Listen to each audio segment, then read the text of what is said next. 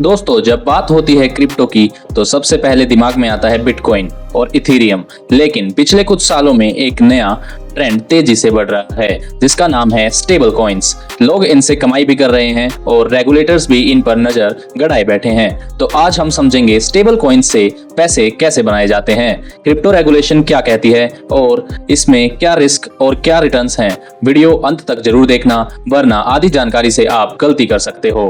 सबसे पहले stable coin होता क्या है? सिंपल शब्दों में स्टेबल कॉइन एक डिजिटल टोकन है जो किसी स्टेबल एसेट से पैक्ड होता है, जैसे यूएस डॉलर, यूरो या गोल्ड। मतलब एक टीथर इज इक्वल टू $1 के बराबर। पॉपुलर स्टेबल कॉइन्स हैं Tether, USDC, decentralised stable coin. इनका फायदा ये है कि बाकी क्रिप्टो की तरह ये हाई वैलोटिलिटी नहीं दिखाते, इसलिए ट्रेडर्स, इन्वेस्टर्स और डेफी यूजर्स स्टेबल कॉइन्स के सेफ हेवन माने जाते हैं। अब बड़ा सवाल ये आता है, स्टेबल कॉइन से पैसे कैसे बनाया जाए?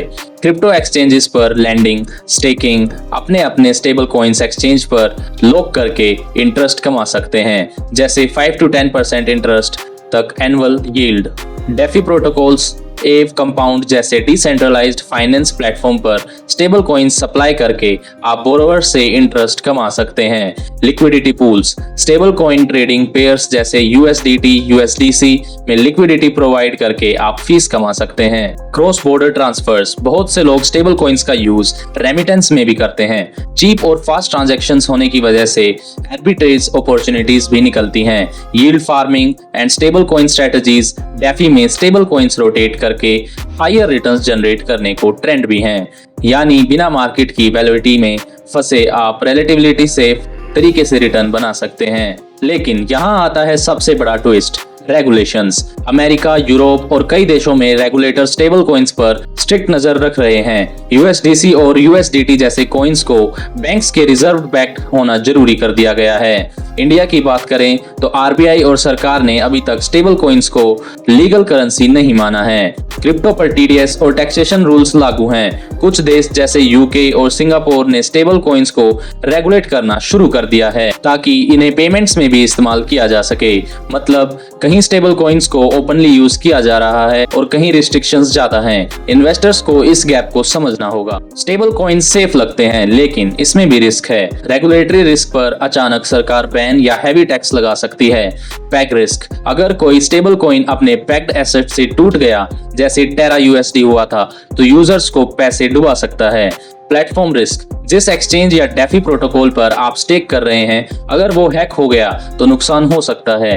Opportunity cost, stable coins safe हैं लेकिन रिटर्न्स लिमिटेड हैं। इक्विटी या बिटकॉइन जैसे एसेट से ज्यादा ग्रोथ नहीं देंगे, तो ये रिस्क फ्री नहीं है बल्कि लोअर रिस्क एसेट की तरह समझें। तो आइए, इसका फ्यूचर क्या है? CBDC, central bank digital currencies आ रही हैं। आरबीआई ने भी डिजिटल रुपी लॉन्च किया है। Stable coins payments, cross border trade और डेफी इकोसिस्टम में सेंट्रल रोल निभाते रहेंगे। एक्सपर्ट्स मानते हैं कि regulated stable coins global finance का हिस्सा बन जाएंगे, यानी जो आज लग्जरी लग रही है कल नॉर्मल फाइनेंस का हिस्सा होगा। तो दोस्तों, अब आपने समझ लिया है कि स्टेबल कॉइन से पैसे कैसे बनाते हैं, रेगुलेशन कहीं खड़े हैं और इसमें कौन से रिस्क हैं। अगर आप क्रिप्टो में एंटर करना चाहते हैं तो स्टेबल कॉइन्स एक रिलेटिवली सेफ एंट्री पॉइंट हो सकते हैं, लेकिन रेगुलेशन और रिस्क को समझकर ही कदम उठाएं। आपको क्या लगता है, क्या स्टेबल कॉइन्स फ्यूचर का पैसा है या रेगुलेटर्स इन्हें खत्म कर देंगे? अपनी राय कमेंट में जरूर लिखें। वीडियो पसंद आया हो तो लाइक और शेयर करें और ऐसे ही फाइनेंस और क्रिप्टो इनसाइट्स के लिए चैनल को सब्सक्राइब करना मत भूलिए। मिलते हैं अगली वीडियो में। Stay smart, stay invested.